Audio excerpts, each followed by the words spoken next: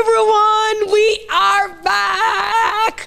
Welcome to the Redirection with Terri-Karelle podcast. After going away for so long, staying away for so long, on a bad me up, I accepted it, I dealt with it, and now I'm so excited to have episode 1 of season 2. The podcast this season is brought to you by MasterCard in association with Heineken 00. Yes, we are bringing some friends along. Now, I don't know if you're new to me, that is fine. You can find me across all social media platforms at Terri-Karelle is where you'll find me. Terri-Karelle Reid is the name. And of course, if you're going to be a part of the conversations, please go ahead. Don't be afraid to use the hashtag TK Redirection. And in case you haven't noticed, we're doing big things. For the first time ever, I have a set, and this was beautifully created, curated, designed, and staged by Spaces Jamaica. And we brought in my favorites, like books and art, to really make the space very welcome and very warm. And I hope that you love the set. But there is more. We also have sign language interpretation by the great Tony Aiken, because, well, we want this conversation and these conversations to reach in all kinds of pockets and spaces in society, and inclusion is really, really important to us. I want to thank Toyota Jamaica for really coming on as a sponsor to ensure that that inclusion and that facilitation took place. If you want to find out more about me, the podcast, whatever it is, please feel free to visit Terri-Karelle.com. Now, the question was, season 2 is supposed to be bigger and better. The question was, well, who do we kick off for the very first episode? Who did I think deserved to be in the redirection seat for the very first episode? And I hope that you agree with me when you hear her story from someone who will readily and easily and openly tell you that she had a very rough childhood. She was probably looked at herself as a very flawed and broken individual, someone who persons would have probably met along her journey and said, she now got amount to nothing. And to see her not just surviving, but thriving and ready to heal and ready to share a story that she's never shared with anyone else in the world. I am privileged, I am honored to have her in the redirection seat. From having a broken childhood to now being the principal of a school where she's helping to shape and mold the minds of our young people. Ladies and gentlemen, I introduce and I welcome the great Tamar McKenzie in the redirection seat for the very first episode of season 2.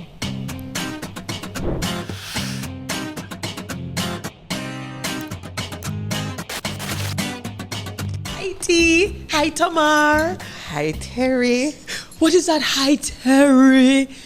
Because you know me and I feel like we have this type of big sister relationship, and you big sister in when something is happening. I don't think people know that side of you. Really? Yeah, no matter how busy you are. Thank you. You literally, I remember a Monday call. He called me and he said, tell me. And he said, if you need me, I'm here. Just absolutely. Call. Well, I thank you. Season 2 is here. And the reason why I'm not just going to jump into your story, but because, you know, you recently called and you were speaking to Alex, my executive liaison, and you were like, you're venting. Terri needs to come back with her podcast. The podcast is really good. Yeah. It has a lot of value. You remember the conversation? Yeah, and I'm tired of listening to the same episodes. Like, let's go. Some more, please. And you were like, why don't you do it for video and do it in a set? All of it was being planned. We just we couldn't let the cat out of the bag. And he didn't. It's interesting though how we met. Because I just launched my book, my brand Compass, in 2022. Had some book signings. Toyota Jamaica was one of the spaces, the locations. And I remember the line was from here to China. You were in the line and I saw you thumbing through my book, you know, like most people who are just waiting to get their book signed. But then when you got to the table, you no longer had one book. You had like 2 stacks. Yeah, you had 2 stacks. And your personality, you were frank, you were bold. First of all, tell me about that meeting. It was a for you. So I came into Kingston for a meeting, and I opened the Instagram and I realized that you were really close by, and I said, okay, let me see what this book is. Yes. Let me see if it's really a book, because I love to read, but I love good content. I love to learn. And I came in, I said, okay, let me support, let me see what the book is. Yeah. And I opened the book and I said, wait, this is good. And I started flipping and I thought, a lot of thought went behind this. This is something that can help. And I said, in the line, I said, I'm going to buy a copy of this book for my friends, for some of my teachers, for people who I thought needed these reminders, the startups, the losing your way, the getting complacent. Let me do the book. And I picked up probably waist to chin. And that's how we met. And that is how we met. And I loved Alex because I'm not a techie pay online type of person. I use cash. I have not transitioned. And he helped me. I mean, the whole thing. Nice. With the payment. And I felt like more of me, people like me, were able to have a space in that book. I appreciate it. It was very raw and relatable, and I love that. Thank you. And that's how we met. Yeah. And we started talking, and then we knew each other forever, and then it transitioned to Heinz Simonich, of which you are the principal. Tell me about that. In 2019, I literally left I would say the safety of my life. Yes. To chase another dream and to start again.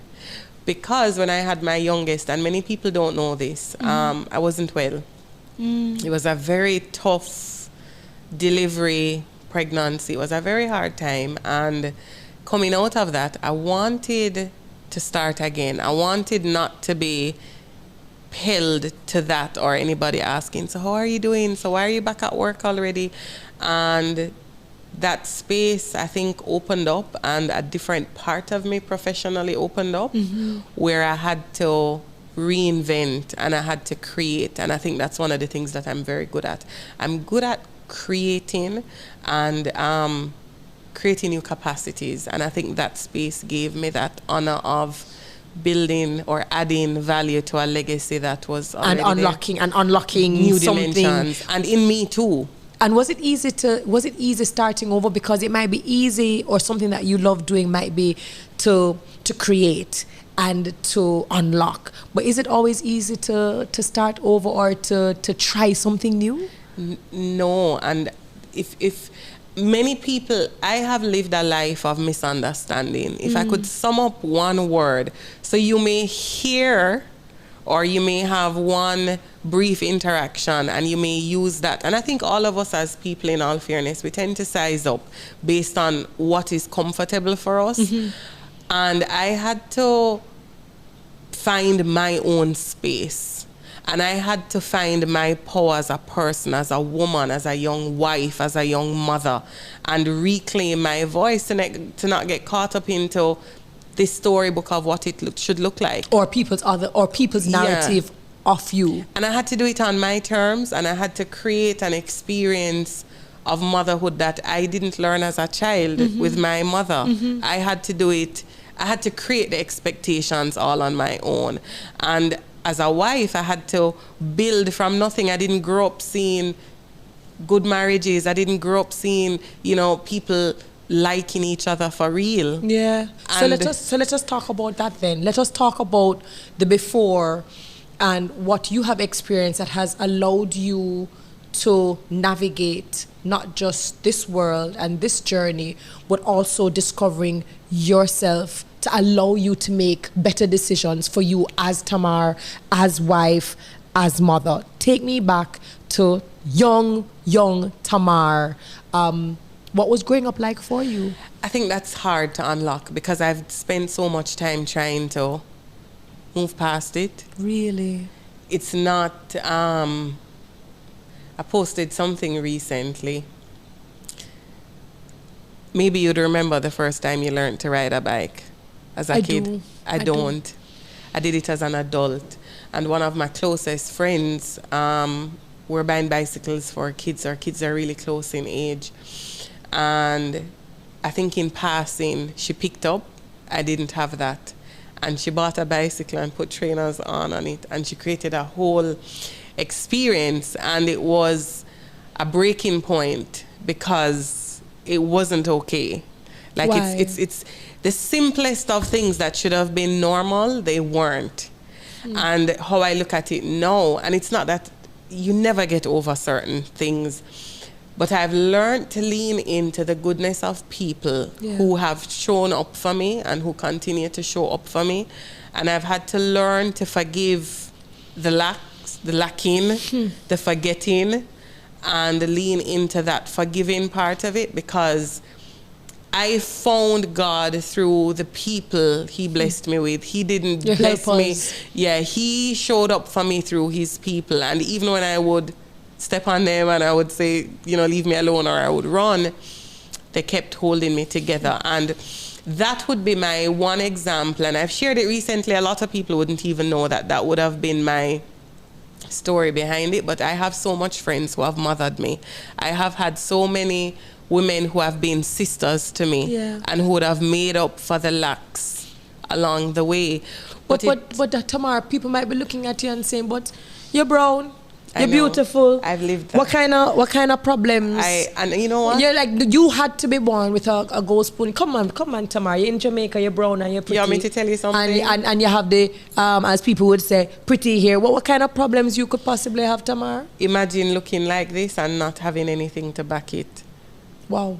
Imagine looking like this and having so much potential, but everything else that you're in the middle of outshines that. I was born in a tenement yard. From 0 to 9, I grew up at 37.5 Whitehall Avenue. And I made it. What was that like? What was that like for you? I think... And did you always process and understand the environment? I think a lot of me tried to hide that and tried to be what I looked like. And it took... I am happy that I accepted me at the time when I did. And I can tell you, I was 22 years old.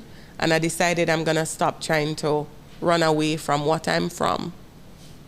Because I can't change where I started. You can't fix your ground zero, Your ground zero going to always be a ground zero. But what I decided was that I was going to be proud of me. And I was going to be enough for me.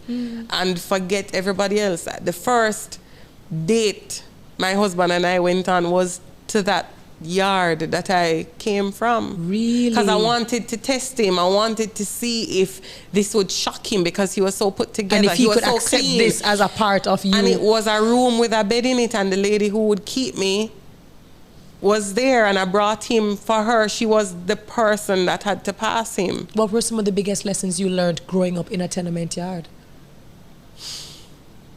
Biggest lessons? Everything I need to succeed is already in me. It's nothing aesthetic. It's nothing outside. It's guts, it's grit, and I have it. Everything I need to win is in me, and no one can take that from me. I'm enough. Were you angry as a child? Why? And if you knew me then, we went to school together, and if you, Terry, knew Tamar, the student then, it's not me now. Completely different person. And if you try to bring me back to that, you can't, because you can't bring me back there. I've left that time a long time ago, and I'm not going back. Why the anger? You did mention earlier on that, if you could sum up everything in one word, it would be misunderstood. Nobody helped at that time. I felt like so many people who should have helped didn't. And that made me very angry. What about your parents? In terms of, we're seeing the different kind of modern parenting where we have parents who are having uncomfortable conversations, real conversations, helping to guide, not just study a book, pick up your book, read your book, but really trying to be there to affirm and to do all of these things. Is this something that I think my parents were trying to be there for themselves. I think they were I think my parents did the best that they could have done at that time. Got you. On my way here, I called my father and I said to him, my father and I are very similar in terms of work ethic, belief system. We have a lot of similarities, and then we have that point of the degree of separation. Yeah, and I'm a very strong person. And I called him and I said to him, would you be okay? And he said to me, please talk about it, because I don't know how you have not yet lost your mind. With everything that you have been through, he doesn't know how I show up, and he cannot relate to the mother I am or the children that are growing up because of the pain, but it's a journey, and the best thing I think I've done for my adult self is forgiving me and forgiving everything that could have or did play a part in crippling me, but owning the strength that I was able to find in me to stand on my 2 feet and own myself and everything that makes me up, the good, the bad, the ugly, every piece of me. Are you an only child? No, I'm not. So I'm only by default. You're only by default. So I'm the first by default. You're the first by default. Talk to me about your sibling. So my older sister was my person.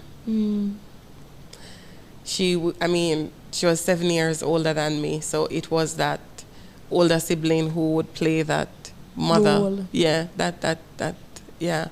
And my older sister was sick. My high school life was one of the worst parts of my entire life. It's something that I've packaged. I don't go back to that space of high school at all, because mentally I can't afford it. How old were you? My sister died when I was 16 years old.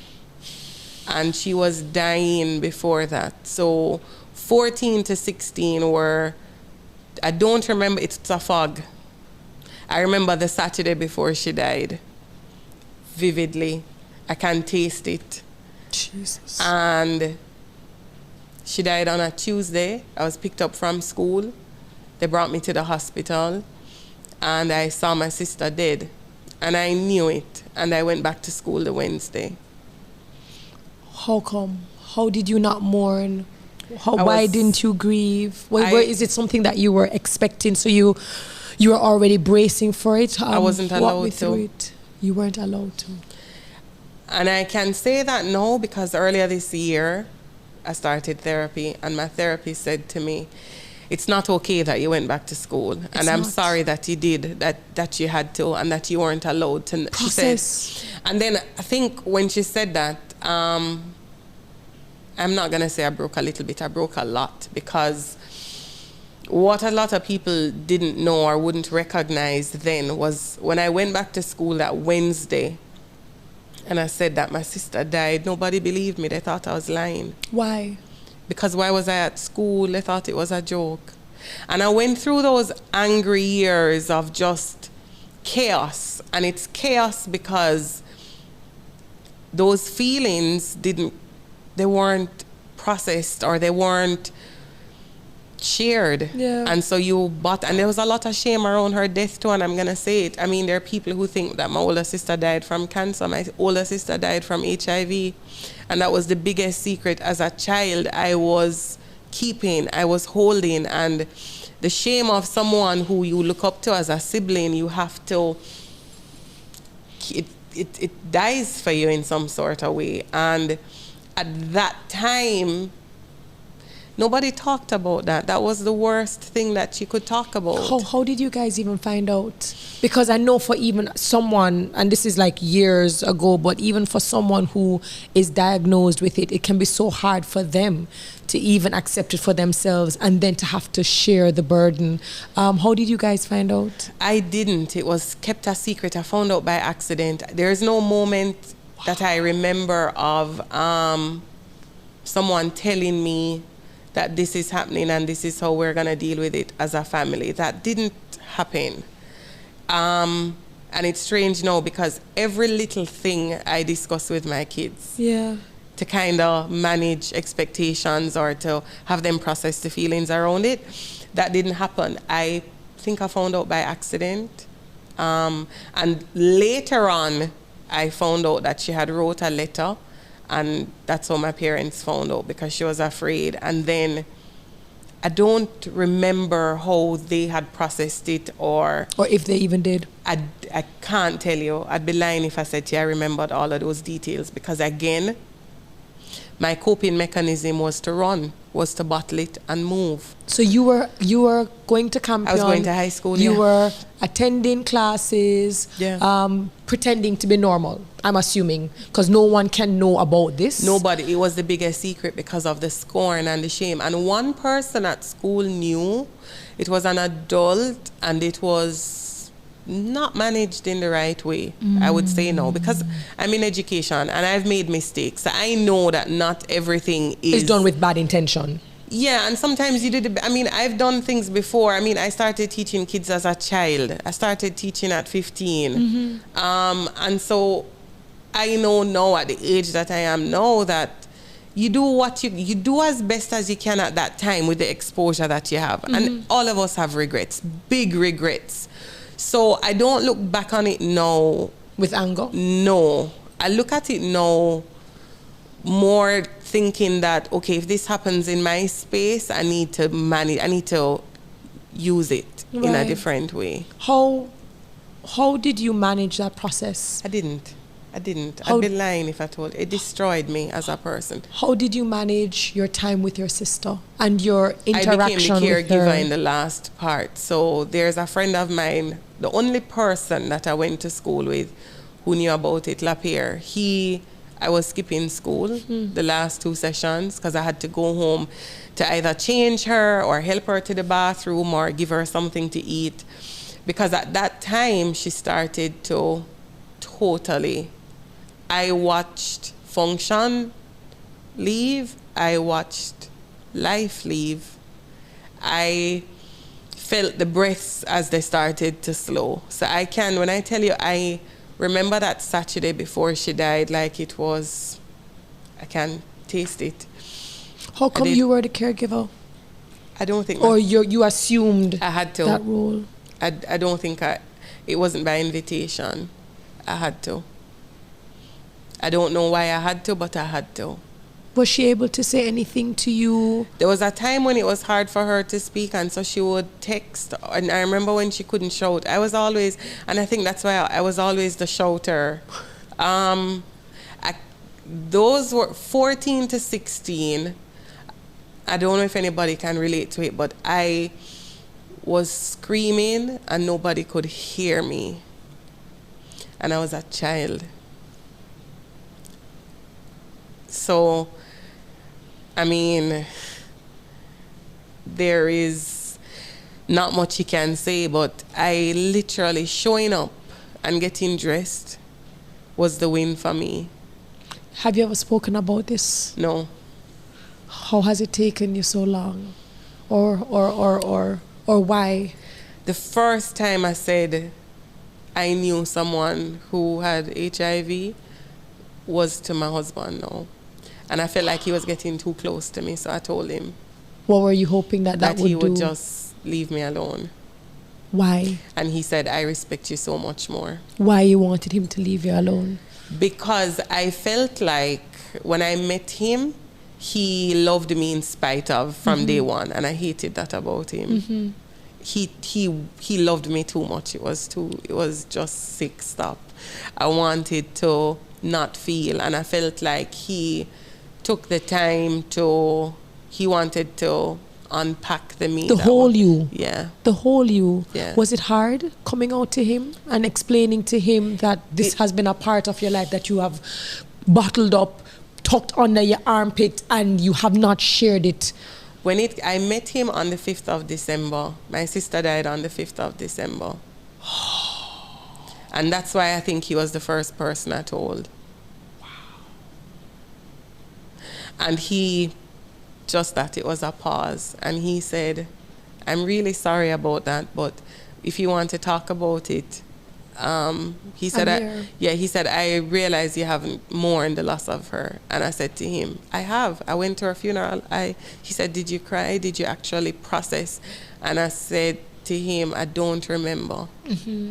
I don't remember. Years later, has the family been able to reconcile that she died of HIV? It's not cancer. It's not anything else. I think there will be a lot of resentment because I've called it publicly. And coming here And since I've agreed to do this, my prayer has been this, and I'm going to be very firm on this. My story is mine to tell. My hurts are mine to heal from, and no one is going to take that from me because of how you want to feel or package. I have to show up as me, and I owe that to myself. And I have to be the first example to my girls of what owning your story is, good, bad, and indifferent.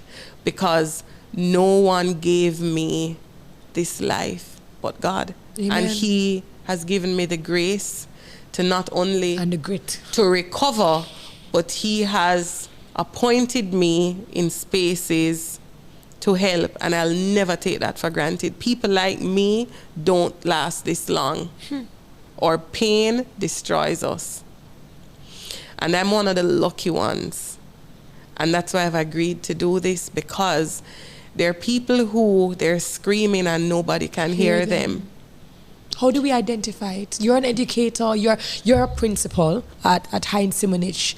You've experienced it. How do we arm ourselves with more, I don't know, just foresight to be able to identify youngsters who might be crying at the top of their lungs, but no one's hearing them? How do did anything change? Maybe that's what I'll ask. You were in high school. This must have been impacting you. You were screaming at the top of your lungs. How was this being manifested even during high school? Was it attitude? Was it grades? Anger. It was anger. It was bullying. It was everything that wasn't good. But people would write it off as, this is how you are. That's just how she is. It wasn't, but you're not realizing it's packing and packing and packing to hide. It's deflecting and deflecting and deflecting to not heal. And I think, and maybe that's why I didn't pick education. I started teaching people's kids because I couldn't afford to go to school.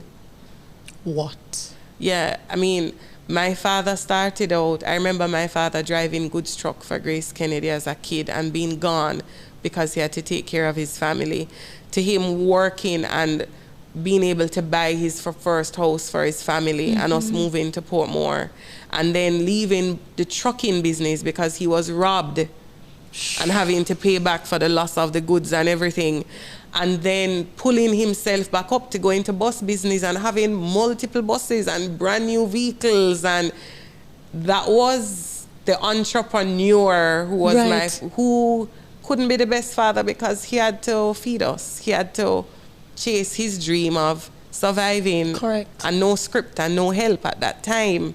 He don't get a loan. He started to get a loan now, imagine back then. And that is what I'm from. And as much as there are things, I've said that, and you think that is the worst thing that happened to me, that journey with my sister, and it's not. There are things I hold close to my chest because I cannot verbally say it. There are worse things that have happened to me as a woman that I can't say.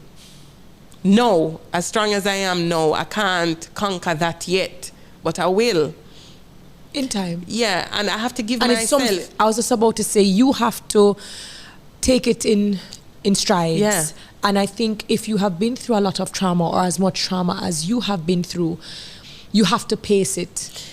And you have to take your time and heal from at least one. And after you're able to confront it, come up for and breath, speak about it, and you come up for breath, then you can now look to the other one and say, okay, I will identify this particular trauma and I will work towards healing in that light. So I think that's okay. For me, doing this work, and I think of it as my life's work, and I've tried to leave education many times, almost successfully. I keep coming back because my lived experience has given me this feeling. It's like this sixth sense where I don't need you to tell me that something is wrong, and I'm not the person who is going to ask you to talk about it, because I think the worst thing that someone could do to me is ask me to talk about my pain. But I'll help, sometimes up front or sometimes from afar. Who taught you to love?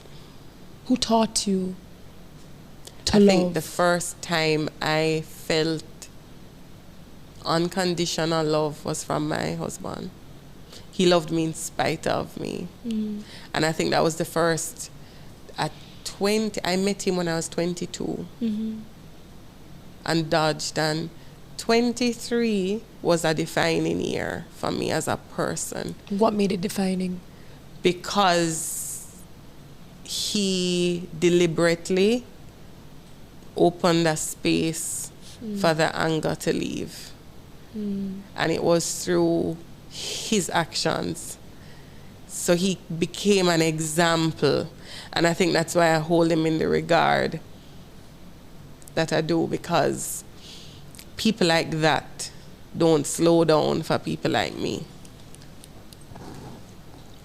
And that is one of those things that when I tell people that my marriage is my priority, and it is, it's like a lifeline. To be married to somebody that you look up to, who is that example all the time, that you've never had as a man, as a person, you don't take it for granted. And he will say, if you know him, he'll say it's because of who I am to him. Yeah. It's not. It's not. How do you then deal with not enoughness? Growing up feeling maybe just like a weirdo. You don't fit in.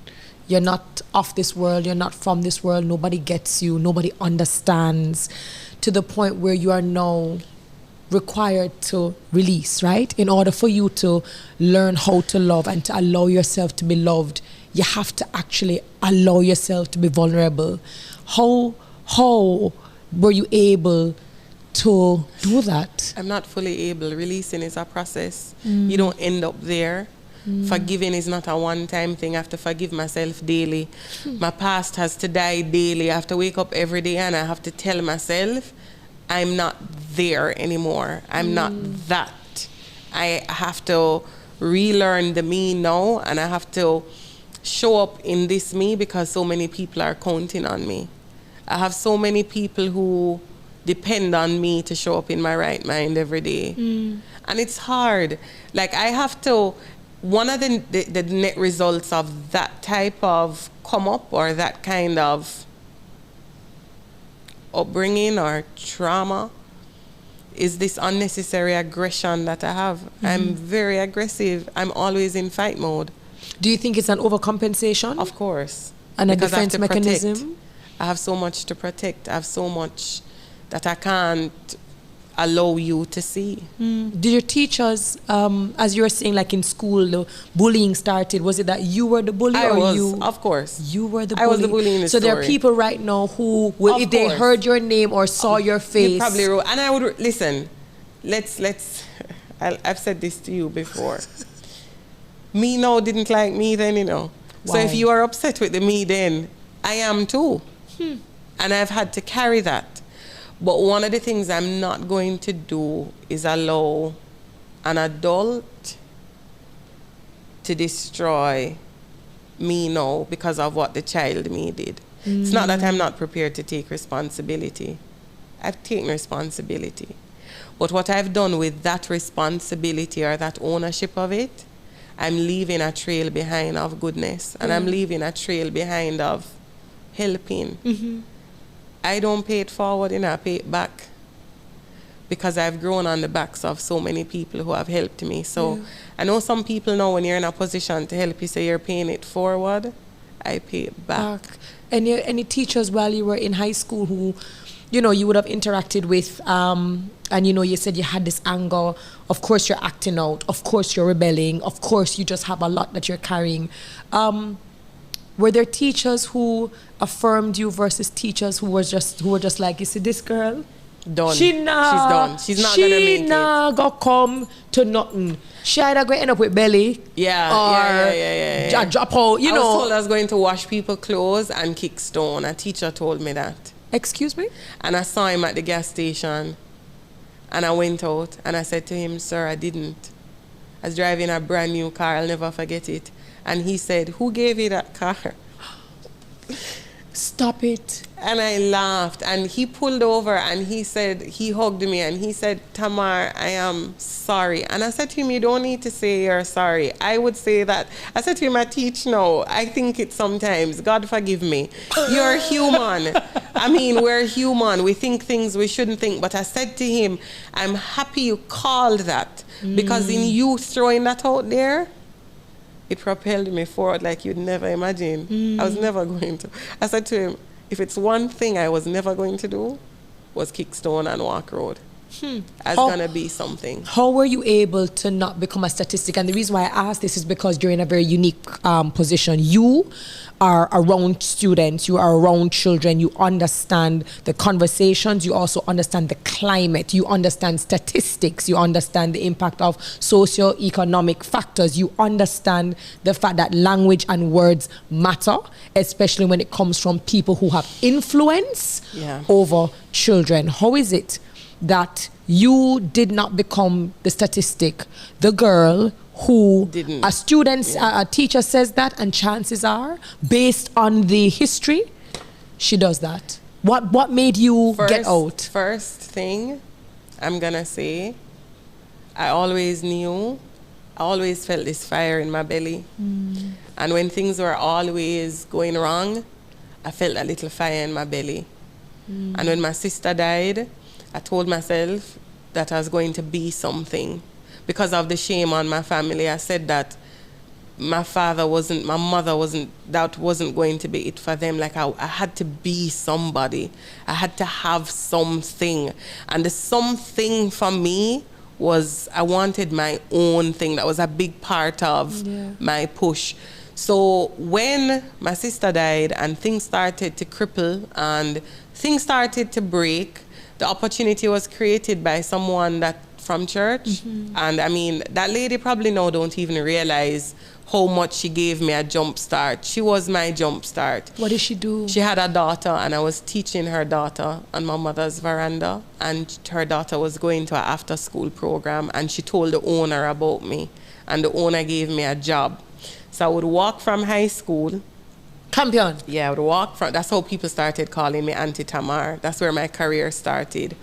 At 15, 16 years old, I would walk from Campion to work at the stoplight right at TGI. Yes. There was a after school program, and I would teach Monday to Sunday. Saturdays, I would leave Portmore by 6:30 in the morning, jump on a bus, go there, teach until 5, 6 in the evening, go home and be a student.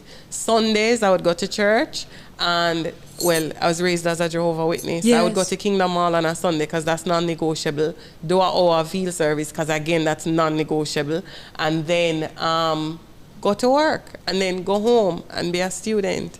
And that kind of was the balm that allowed me to not feel the loss of everything, the world that was around you. Yeah, I lost something that I never even had. And I think a lot of people who thought I lost my sister didn't realize that I lost way more than that. That was just that moment you saw. That was the funeral you turned up to. I was already losing. I started at a net. Yeah. Because if at that time, and with what I just said with the space I was raised in, your oldest, who was also in that space as a family, that being outed, think about the next girl child, not just the child, the next girl child coming up, and that shame. I would walk into spaces and hear people say things like, I hope she don't turn out like her sister. Jesus. And that was something to me that was more painful, because if I could tell you how I felt, I would say to you, for many years, I felt unwelcome.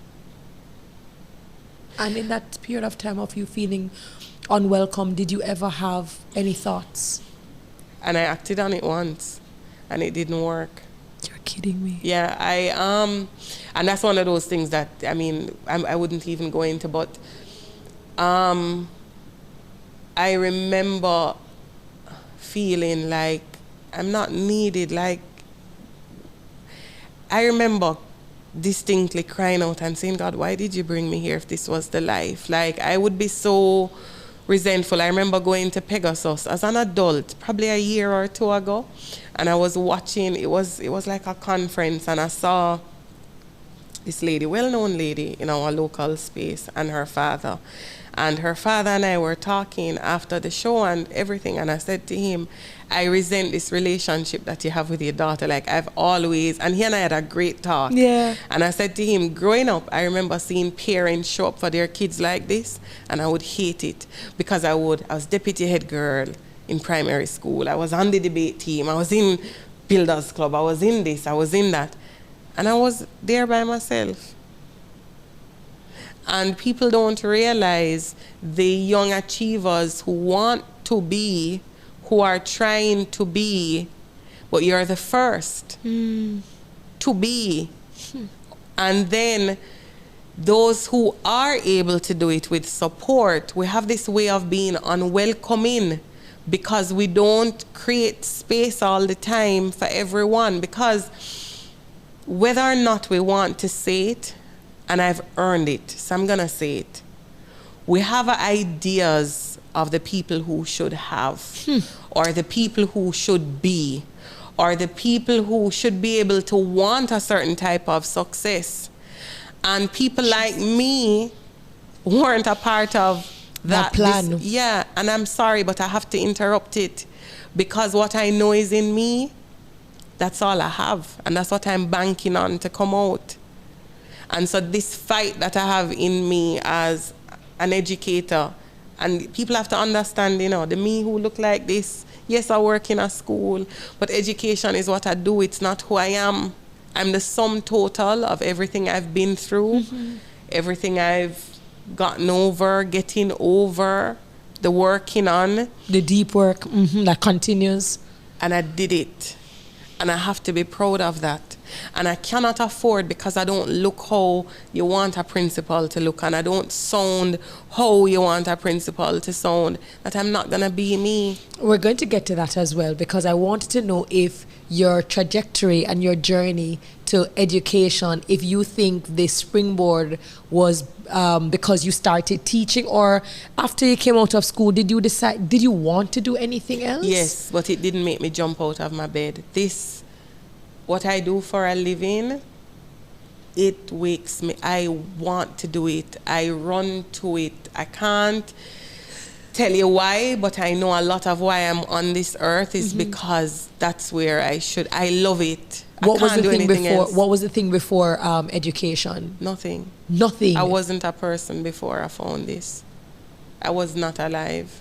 Did you ever wonder if you would be able to, did you ever wonder if you would be the right person yes. to help shape and mold? Yes, even now. And you have the based on what you're... Yes. And the self-doubt tells you, you could never do that, because if people knew you went through that, or you were that kind of student. Or you, because I wasn't the brightest either. I'm bright, you know, but I was never the bright. You went to Campion, so you get it. You come dead last with an 80 average, with 89. With 88. Yeah. Yeah. But I'll tell you 3 people who created this me, or who breathed this life into me as educators. Please do. Reid. Vice principal at the time for me at Campion College. Father figure for me. Sir Reid. Miss Barrett.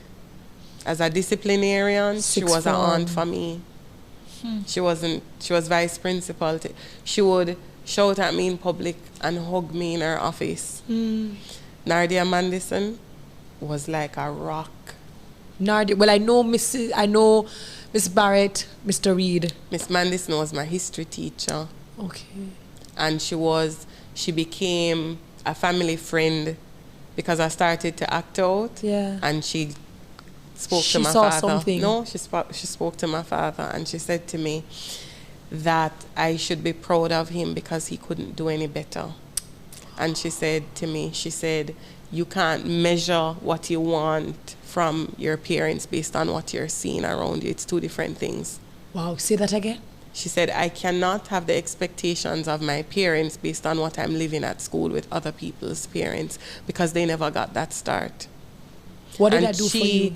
She made me, that was the first time I was proud of my parents as parents. and I recognized what their achievements were and how big it was for them to have pulled themselves up without help on their own and create this type of life. I mean, even now I'm proud of them. I'm proud of what they have built. And I think that we don't honor those stories. What do you think people continue to misunderstand, even though you have done the work and you are still doing the work to transform who you are and to evolve into the woman you are today? What do you think people still not get? I don't want to be rude, but I would not be me if I didn't answer that this way.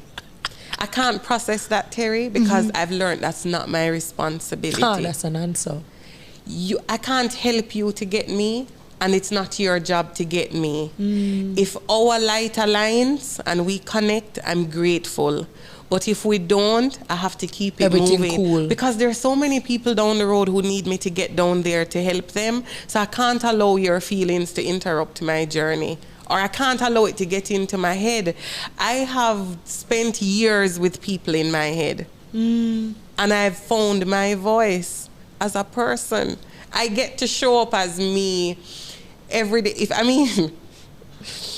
If you're in my space, Terry, you would know if the beauty in me is when you see me in my element doing my work. And if you can't respect my work, this is my blood, sweat, and tears. If you can't get on board with what I do for a living and the passion that I have and that my intentions are good and I genuinely want to help, it's not my problem. And you're not my people. You're not my people, and that's not my problem, and that's okay.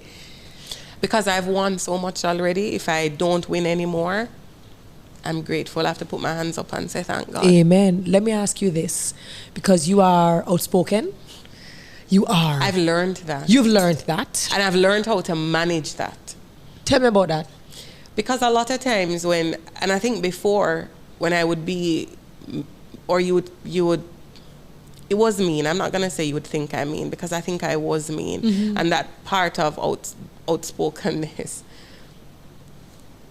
I was hurting. And those were the cries.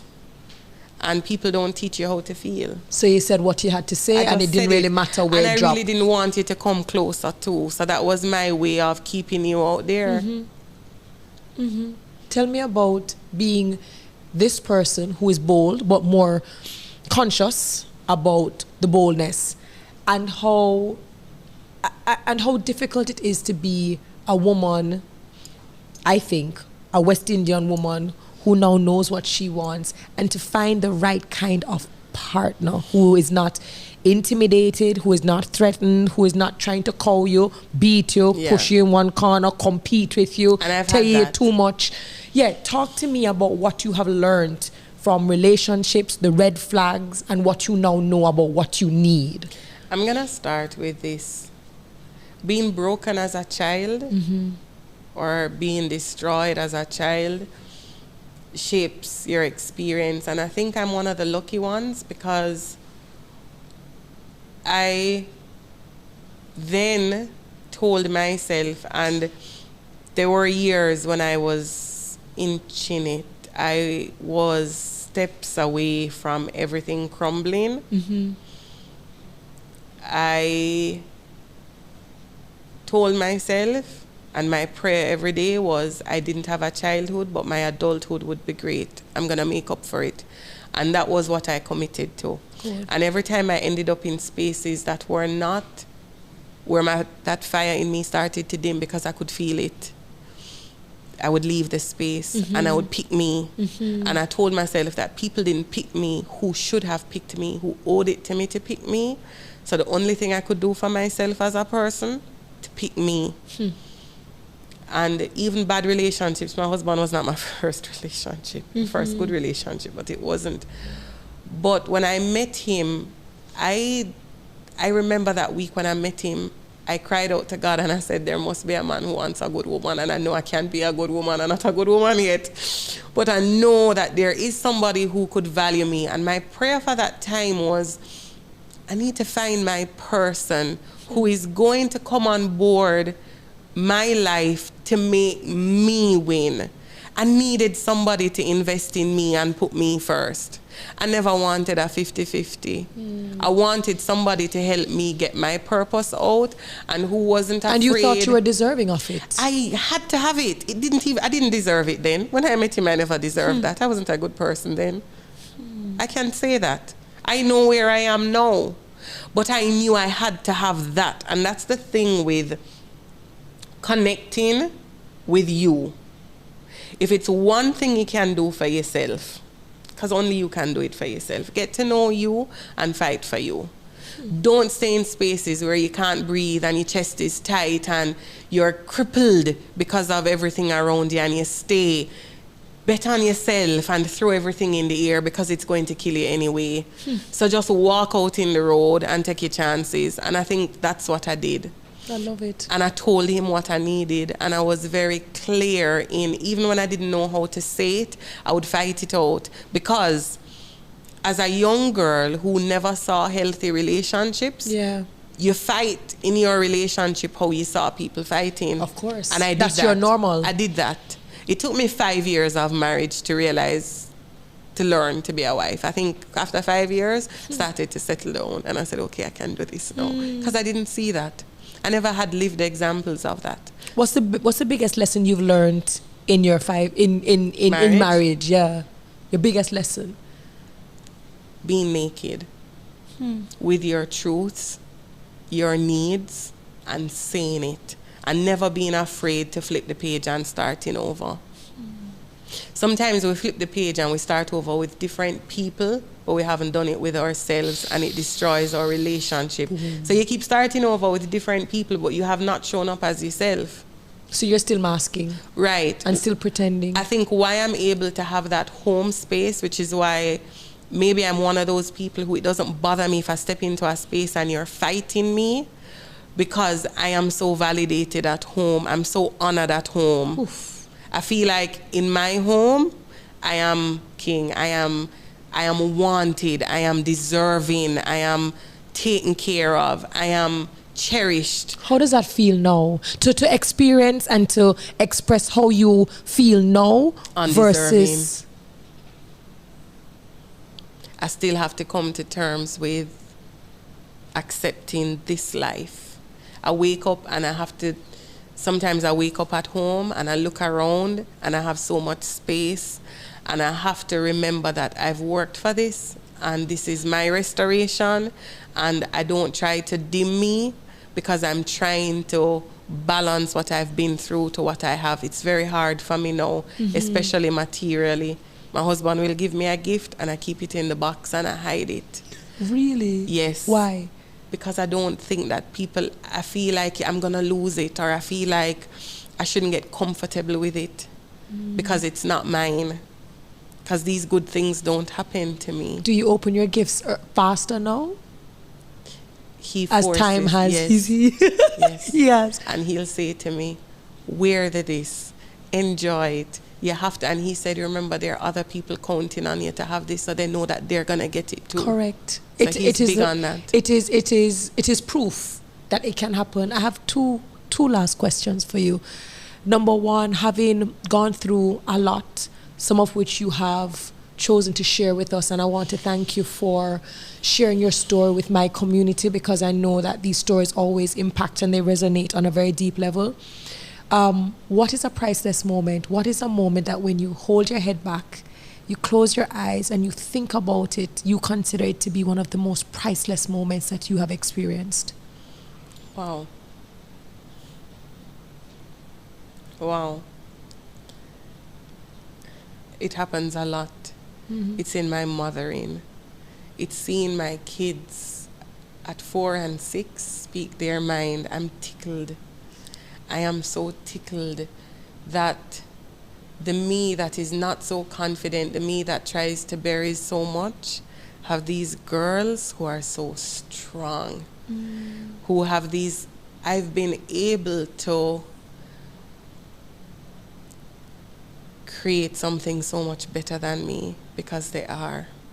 And that's the biggest win. That is that is the part of my story that comforts me, that there is something good in me, because when I look at my kids, I'm proud that someone who started in a negative, they're going to be whole people. They're going to be strong people. I mean, if you see them or you know them, I did that. Their dad and I did that. You did that. The female in me that is so broken, I'm helping with these two girls. I mean, that's something that it's crippling, it's therapeutic, it's forgiving, it's this grace that I wake up in, and I cherish it. Beautiful answer. And I just want to let the girls know, Auntie Terri has now uploaded new podcast episodes, because I know you've been telling your mom that I need to upload new podcasts because mommy keeps on playing the same old episodes in the car. To mommy. They're like, mommy. So we did a thing. My last question to you, because the name of the podcast is Redirection, because we are redirected. Some of us, we start off shaky like you, and now it's redemption, right? It's our time to not only shine for ourselves, but to pull other people along with us.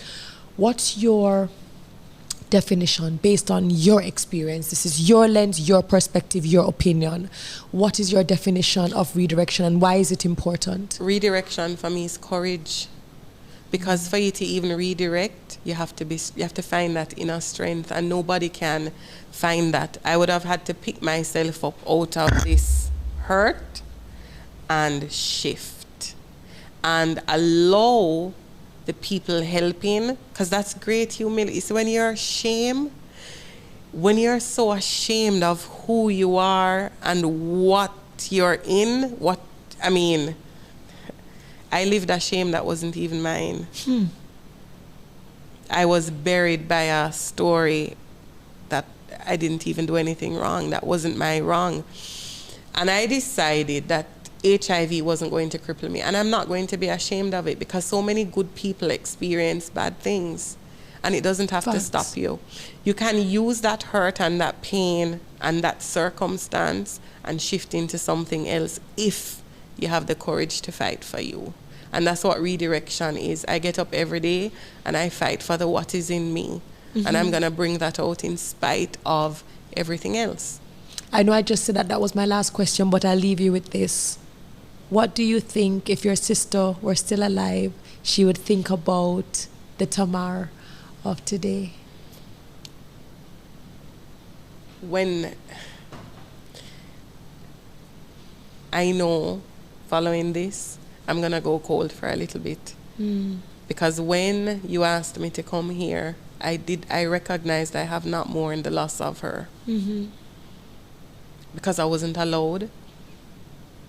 And this space has forced all of those feelings to come in, and I'm going to feel.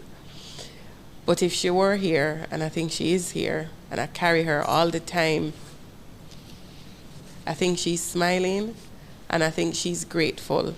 And sometimes I feel like I can hear her say to me, it had to happen, and I'm happy it happened, because you wouldn't have been born if I didn't die. And I hold that. When my sister passed, so much of me, I remember sitting at her funeral, and I died. I knew my life was never going to be what I never had dreams of a life that I never dreamt of. I just didn't want to be. Yeah. And as I grow and as I learn, and now as I heal, I know for sure that she's happy. I didn't waste it. I didn't waste her pain. And the others that I find at school and in life who may resemble her pain, or who I may see going that, because her end, it wasn't a snap. It was years of transitional, and trouble. And when I tell you, there are cries I heard my mother cry when she was growing up that I wouldn't wish on anybody.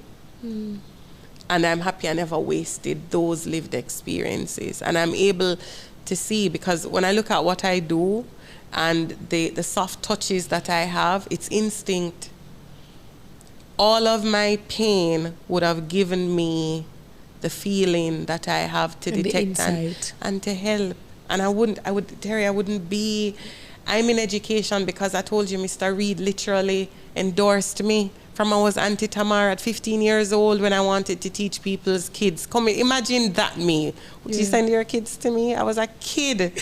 And he said to me, you're going to make it. And when I go into board meetings and he's there, he affirms me and welcomes me and pulls out the chair and he says, I am happy you're here to help to make decisions because this table needs you. So imagine there are people who would know me then, who may have taught me then, who are at the table, who push the chair away. Sometimes I feel like they kick over the table. So when I sit, the table doesn't exist. And my principal affirms me publicly and thanks me for not giving up and not leaving education, but trying to leave it better than I got it. And that encourages me. T, I'm proud of you. I don't know if you hear it enough. It takes a lot of courage to confront anything. And then it takes a different kind of courage to then say, I'm going to share my story. It's a different kind of vulnerability. And you're not just doing it with me, just between the two of us, but you're doing it for other people. And I hope that you will take that time. I know that you will take the time. I think it's better late than never. Yeah. I think now maybe is the time for you to be able to process, know that you've actually seen what has happened and how you've been able to manage it, but to still give yourself that space to release it and to let it go. Absolutely. To all of the little girls, I would say to them, regardless of where you're starting, what has happened to you, and what you're going through, it does not have to define you. We can win. Your address will not stop you. I am here. Your starting will never be an end. And this pain, it's going to be that power that pushes you. Don't give up on you and never stop fighting for you. And there are partners out there who will fight for you to win. So please stop smalling up yourself. You don't have to be the quiet girl. You don't have to be the silent one. You don't have to be the graceful one. You don't have to be anything but you. You can be the me. You can be loud, you can be confident, you can be powerful, you can be aggressive, you can fail a little bit, you can fail a lot. And they're out there who are gonna come and surround you and push you forward. And you're not going to have to compromise. You don't have to compromise. The great marriages are there.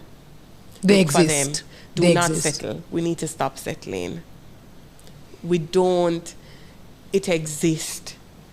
The partners who are there, who are going to show up for you, they're there and they're waiting on you. So stop staying in spaces that you're not welcome. And don't settle in those spaces that do not serve you. From you feel unwelcome and you feel like the 100% you is not turning up, leave it. Pick you. Have the courage to just shift. And I'm happy that I shifted when those spaces kept smalling me up.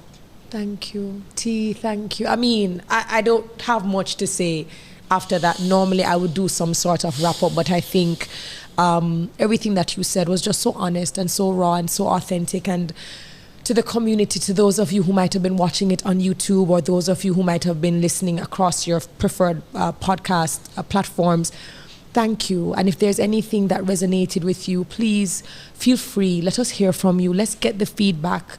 Let's get the reviews. Let's get the comments. Share.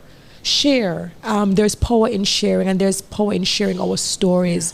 And so for those of you who are healing, those of you who are not yet on the road to heal, those of you who have not yet identified that there is a process that you probably are going through, it's okay. It's okay. Pace yourself. It's not a competition, but certainly I hope that this conversation and this message is one that will get you to a place when you say, I can breathe, and I'm ready not just to take on the new me, but to really let the new me out and bad and shine and be proud of it. So I thank you. I thank you, Tamar. I love you so very much. I appreciate you and everything that you do. And I'll see you guys next Sunday on Redirection with Terri-Karelle. Bye.